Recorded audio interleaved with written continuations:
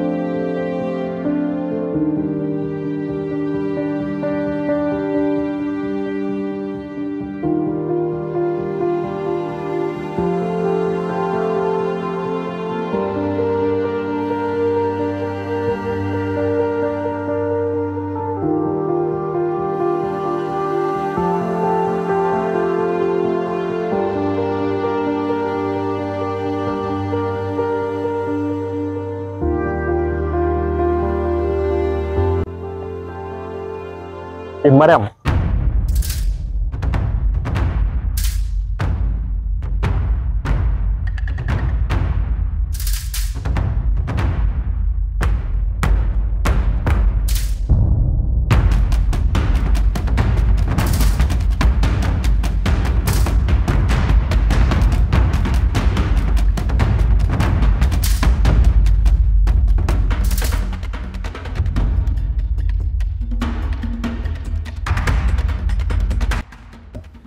Mariam. Ma bɛ ne bolo ka f'i ye. Mun de mun kuma ye? Mariam a ka di ne an ka ko in jɔ. Mun bɛ di? O ye mun ko ye? Sanu min bɛ ne cɛ a ka di ne an ka jɔ. Mais mun na mun bɛ di? Bon n kan ka voyage kunkurunin kɛ. Ayi mun bɛ di? Voyage de kama e bɛna fɔ k'an ka kanu jɔ a? O kuma e bɛna taa e tɛna segin ka na? A ka di ne kɔni an ka kanu jɔ. Ne y'a f'i ye n bɛ fɛ ka voyage. Mais mun bɛ di? E bɛna voyage hali ne bɛna taa san 5 san 6 de kɛ yen nɔ ne b'i kɔnɔ. Y'a mɛn? A kɔni ka di ne an ka jɔ. Ne yɛrɛ kunkolo ko bɛɛ de cayalen don Mariam. E ka ko foyi tɛ ka ɲɛnabɔ bilen. E mun bɛ di? O kuma ne de bɛ ka to e ka ko tɛ ka se ka ɲɛnabɔ wa? Ne m'o fɔ dɛ, ne kɔni a ka di ne kɔni an ka jɔ. E mun bɛ di? Bi ma e ni ne bila ɲɔgɔn fɛ dɛ. K'a fɔ e bɛ sɔn ka ne janfa tantɔ. Mariam, ne bɛ ti ko faamuya. I bɛ ka kɛ min wɛrɛ de. I nege foyi tɛ n na bilen. Mun bɛ di? Mara mere tika kula bli. Ibiga ke mi wudu dube. Mumedi sona kan kenina. Ne sona kan kilare. Le afi to kumna. Ikelu kan jena tika bedu bola. Nere folo dip shilo kono dip wad basoro mais santé puiso. Dip place obli. O beni de noy. Ah, nite mo nyana mai. Kumi ni dodu. Utina nya fiere kaga kamjo. Ni na nya fi nga jo. Ibiga fu ibigi penya. Ana ku nyere dabla. Mumedi sabalisa ai dala bli ni dodo diga pelta ubi fe kelina me kumi ni bigata na na nya fi islam ya kono. Mumedi kano kana sa. Ne tu ni gata ku. Ya ku bani di. Ne ta. Mumedi ala. Ikonga me te gwadwa. Te te shefe me kana shefe. Je wona anti nyongo blere. Abshege ni na nyongo sta won te. Mumedi sabalisa Mumedi sabali kano kana la kama Mumedi. Nga sabalia. Ku yere ma dignan ku imbe kama de. Ibiga fo ku ni furu ku ma te men nete. Ni be furu to guti. Mumedi o kuma ni ti se ga ni furu ni fe ma te me en no nyogon. Kamu sa joli. Sa saba. Oui, nyongo fu anga ta sigere na de anga ta barula de en ma diga ta barula. Mumedi kama ebe na ta Mumedi. Ne be tare. Were di ne gerske besi. Wala Mumedi e gata ni fana ni te ndala kan fali. Chewo che ni ma ne furu te maganela. Ya me Mumedi akan ete e gata ga Mumedi e gata ga.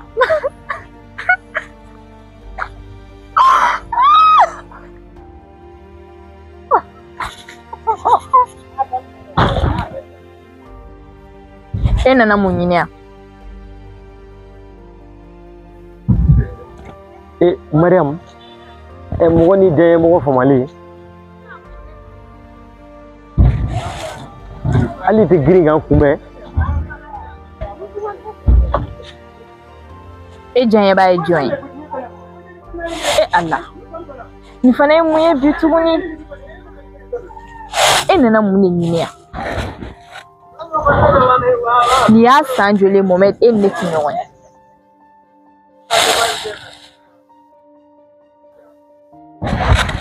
Mariam, depuis nana, bigi ni femme befe. Yere kiti sigili. Dari ni na so.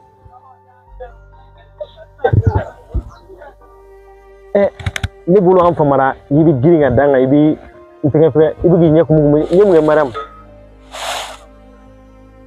Mohamed etimize enne farala chugoyan eta doa enne ma faraja ka ku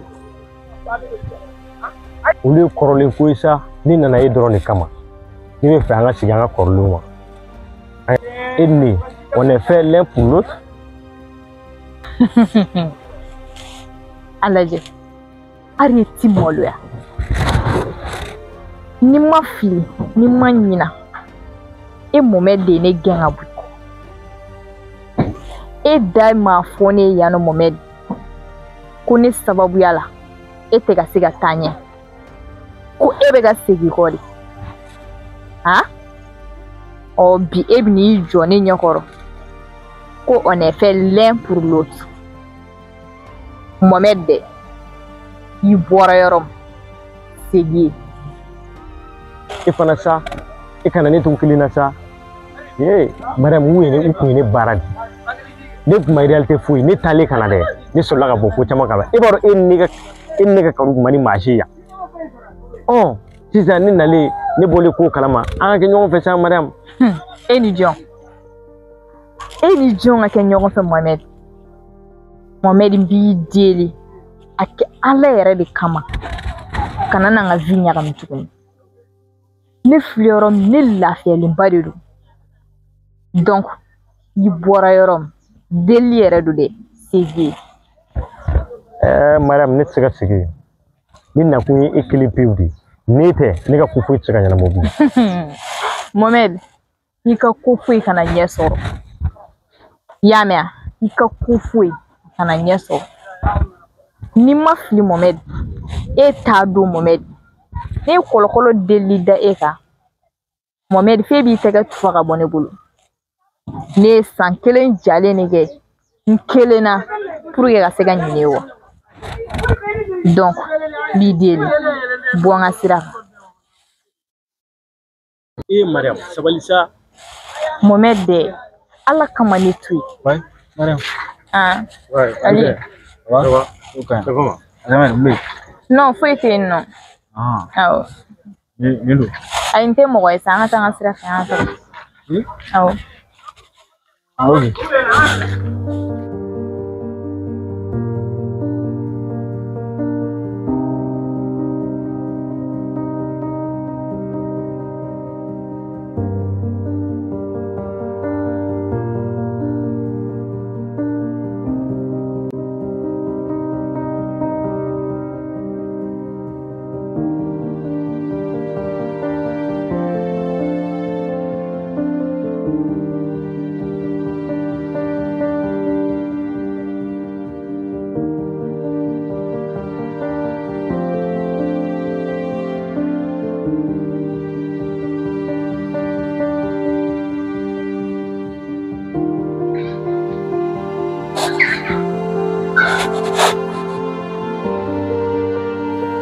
Mariam ada?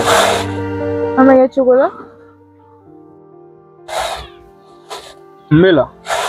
Fosi ne la Ali. O fɔ n fɛ. Mais kabe an bɛ ka na e tɛ ka kuma n bɛ yen. Foyi tɛ nɔ Ali walayi. Ne yɛrɛ de ye kunkolo ɲagami na wa i ma. A ye kunkolo ɲagami mun na? Foyi sa Ali walayi foyi tɛ yen. O tagara e ni mun jɔlen sɔrɔ ɲɛ. E b'a dɔn. Ayi o to yen sa Ali. O to yen nɔ. Mais ne bɔra k'e to yen nɔ foyi kun tɛ e la. Ne nana e n'o sɔrɔ yen nɔ. Donc i ko k'i kunkolo ɲagami n bɛ yen. Ali dɛ. Ne yɛrɛ bɛ fɛ ka taga so bɔ walayi ne kunkolo bɛɛ ɲagaminen. N tila ka kuma kɔfɛ y'a mɛn. Ou bien ne ye fɛn dɔ de k'i la. Ayi e ma foyi kɛ ne la Ali walayi i ma foyi kɛ ne la. Ne tila ka kuma i fɛ kɔfɛ y'a mɛn. Mariam.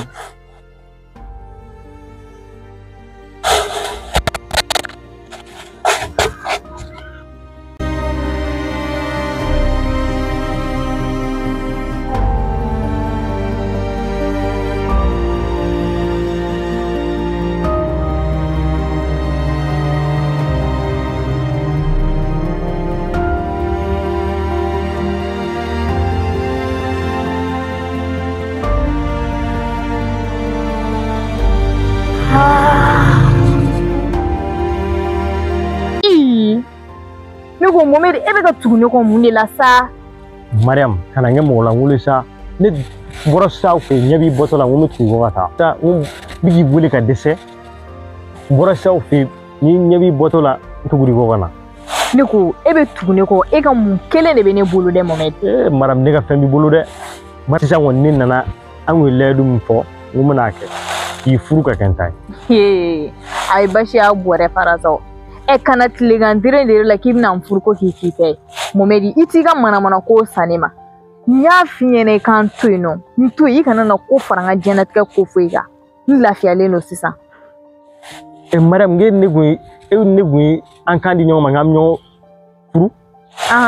O tiɲɛni sababu bɔra jɔn Mohamed? O tiɲɛni sababu bɔra jɔn na? Mohamed fara ne la y'a mɛn fara na. Mariam an kun ye kuma caman fɔ dɛ e yɛrɛ b'a dɔn e ma jɛ ne kɔ ne fana ma jɛ kɔ an ka kan kɛ kelen dɔrɔn. Sabali bani Mohamed sabali Ala yɛrɛ kama e jɛna ne kɔ ne jɛ ne kɔ hali n'a sɔrɔ i ma jɛ ne kɔ parce que ne jɛ ne kɔ a mɛnna. Mariam y'a mɛn ne ye voyage min kɛ ne ka voyage kɔnɔna na ne hakili bɛ e dɔrɔn la n ma muso foyi kanu kɔ. O ye bi ye kɛ sinon e t'a dɔn e ye min kɛ ne la Mohamed ne m'a miiri fiyewu k'e bɛ sɔn ka miiri ne ye. Ala kama bɔ n ka vie la. Mariam o ye fili de Mariam kana taa sa Mariam ne kun filila de sa ni mɔgɔ jugu ka ko de. Ni mun de kɛ Ala la sa n b'a la wagati min ko n lafiyara ko n ka diɲɛlatigɛ ko bɛ ɲɛ sɔrɔ e fana bɛna k'i bɛ nin ɲagami o la Mohamed sabali sa. Mariam ne nana dɔn k'i kun bɛ nin furu dɔrɔn de ne kun na sa ma. Mohamed ni ne furu ko kun bɛ e kɔnɔ e kun tɛ taa ka ne fililen to ou bien. Ne jɔ t'o la. I ne ko caman kɛ dɛ Mariam n bɛ min f'i depuis ne taara n ka voyage la ne tɛgɛ ma di muso yɛrɛ ma ne taalen n ka voyage la waati min na ne y'a dɔn ko ne kojugu ye n kɔfɛ yan ne taara k'e to cogo min na ne y'a dɔn walayi ko ne filila Mariam ne ye n cɛsiri n ka wari ɲini fɛ ka wari ɲini ko n bɛna kɛ i kunna wolo dugu in na walayi Mariam n y'a dɔn ko i kɔni nin waati in na i dusu bɔlen mais n bɛ min f'i ye i k'i dusu da i ka ɲɛ n ma yɛrɛ i ka yafa ne ma an ka kɛ kelen an k'an tɛgɛ fara ɲɔgɔn an ka furu kɛ sisan n bɛ temps d'i ma i k'i dusu da i k'i réfléchir ne kɔni nakun ye furuko dɔrɔn de sisan n bɛ taa d'i ma i k'i réfléchir furuko in na walahi madame. Allah non n'a fɔra i b'i janfa sisan n content ko ni dɔ bɛ kan na i bɛ tila ka na k'i bɛ nin ɲagami o la tuguni